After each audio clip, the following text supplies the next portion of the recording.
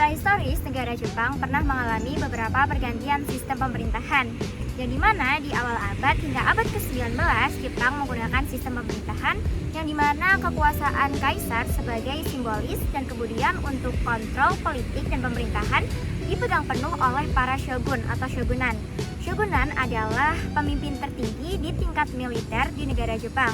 Nah, kemudian di tahun 1868, sistem pemerintahan tersebut dikembalikan kewenangannya penuh kepada kaisar.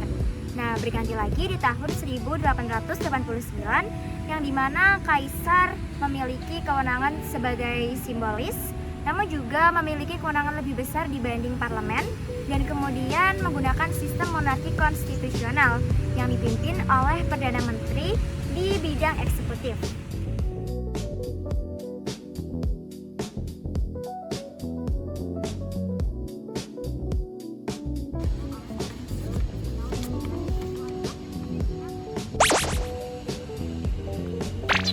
Berdasarkan konstitusinya, Jepang adalah bentuk negara kesatuan. Hal ini bisa ditemukan dalam pasal 1 ayat 1 yang berbunyi, Kaisar harus merupakan lembaga dari negara dan dari persatuan rakyat, yang memperoleh kedudukannya dari kehendak rakyat yang memegang kedaulatan tertinggi. Dan juga pada pasal 41 yang berbunyi, Diet haruslah merupakan badan tertinggi dari kekuasaan negara, dan harus merupakan satu-satunya badan pembuat undang-undang dari negara. Dengan adanya ketentuan Diet, haruslah satu-satunya badan yang punya kewenangan membuat undang-undang, maka dapat disimpulkan bahwa negara Jepang bukanlah negara federal ataupun negara konfederasi, melainkan negara kesatuan. Meski Jepang memiliki pembagian wilayah administratif berupa 47 prefektur, kewenangan daerah tersebut berasal dari perlimpahan wewenang pemerintah nasional, bukan hak asli seperti dalam negara federal. Nah, pemerintahan pusat tetap memegang kendali utama dalam kebijakan nasional, sementara prefektur mengelola urusan lokal sesuai batas yang ditetapkan undang-undang nasional. Dengan demikian, sistem Jepang terpusat tetapi tetap memberikan otonomi tertentu bagi pemerintah daerah dalam menjalankan layanan publik dan administrasinya.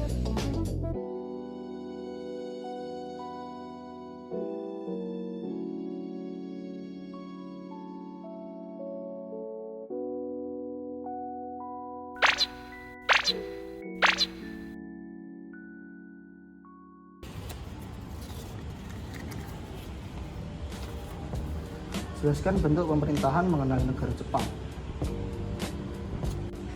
Negara Jepang menganut sistem monarki konstitusional, yang dimana Jepang sangat membatasi kekuasaan Kaisar Jepang sebagai kepala negara seremonial.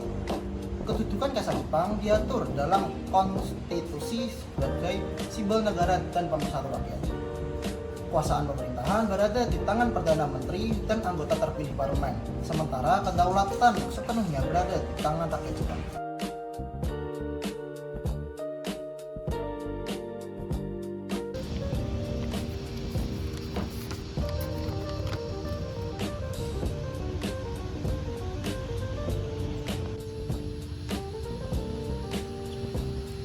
Jepang menjalankan sistem pemerintahan parlementer, yang dimana kekuasaan eksekutif berada di tangan Perdana Menteri dan Kabinet yang bertanggung jawab kepada parlemen atau Diet Nasional.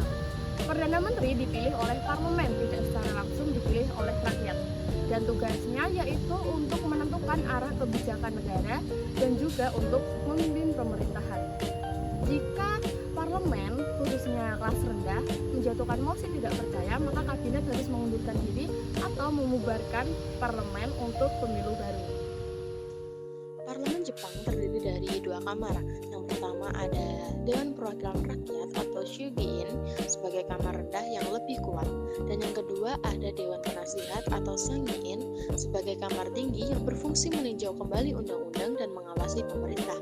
Dengan demikian, sistem pemerintahan Jepang merupakan demokrasi parlementer, di mana pemerintahan dibentuk berdasarkan komposisi suara di parlemen, tetapi tetap berada dalam struktur monarki konstitusional karena keberadaan kaisar sebagai simbol negara. Selain berbentuk monarki konstitusional, Jepang juga memiliki sistem pemerintahan demokrasi parlementer, di mana kepala pemerintah dipegang oleh Perdana Menteri yang dipilih oleh parlemen. Kaisar Jepang hanya sebagai simbol negara menurut konstitusi Jepang, tidak memiliki kekuasaan politik dan hanya menjalankan fungsi seremonial. Salah Salah satu tugasnya adalah membuka sesi parlemen secara resmi. Kaisar bertindak hanya atas saran dan persetujuan dari kabinet. Pembagian kekuasaan di Jepang dibagi menjadi 3. 1. Kekuasaan eksekutif yang dijalankan oleh kabinet dan Perdana Menteri. Perdana Menteri dipilih oleh Diet atau Parlemen Jepang dan diangkat secara resmi oleh Kaisar. Kabinet bertanggung jawab menjalankan pemerintahan, mengatur kebijakan nasional, dan memimpin kabinet. Kaisar hanya sebagai simbol negara dan tidak memiliki kekuasaan politik.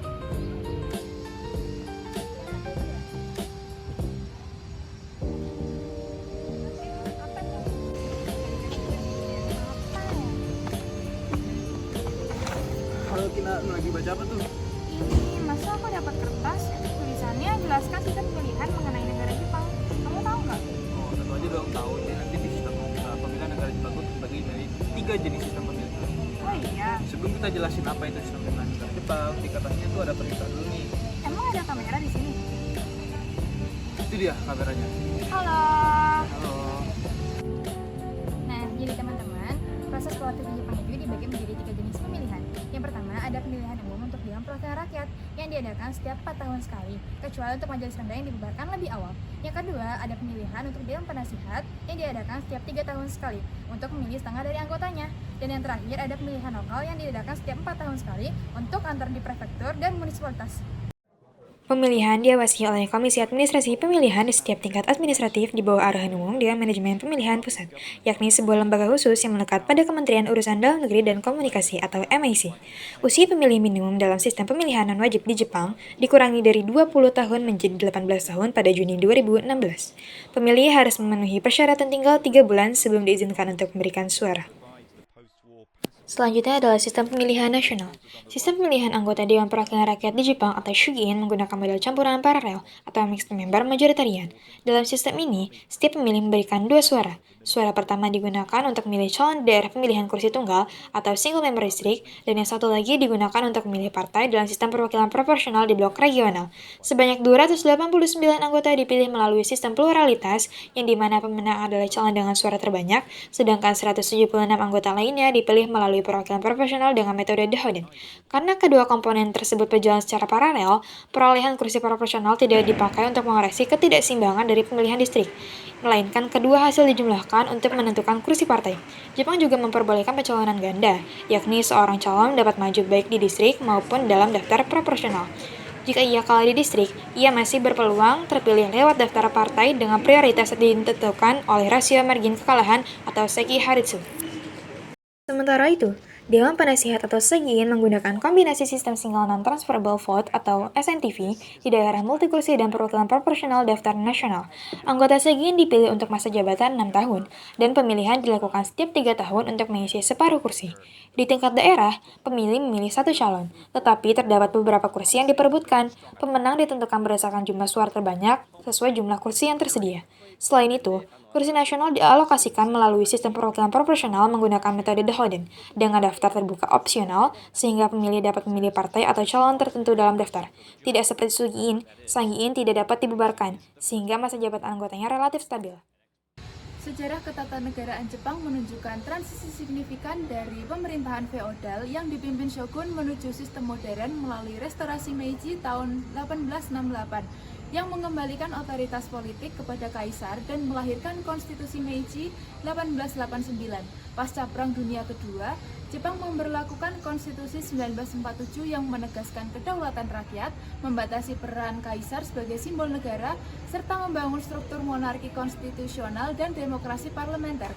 Jepang merupakan negara kesatuan yang otoritas utamanya berada pada pemerintah pusat, meskipun tetap memberikan otonomi administratif kepada 47 prefektur. Kekuasaan negara dibagi menjadi 3 cabang, eksekutif yang dipimpin Perdana Menteri dan Kabinet, legislatif melalui Diet Nasional yang bersifat bikameral, serta yudikatif yang berpuncak pada Mahkamah Agung dalam sistem peradilan bertingkat.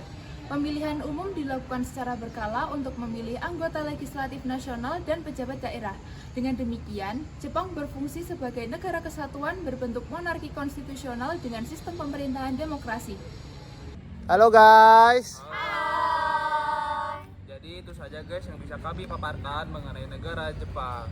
Kurang lebih mohon maaf. Wassalamualaikum warahmatullahi wabarakatuh. Arigato. Dadah.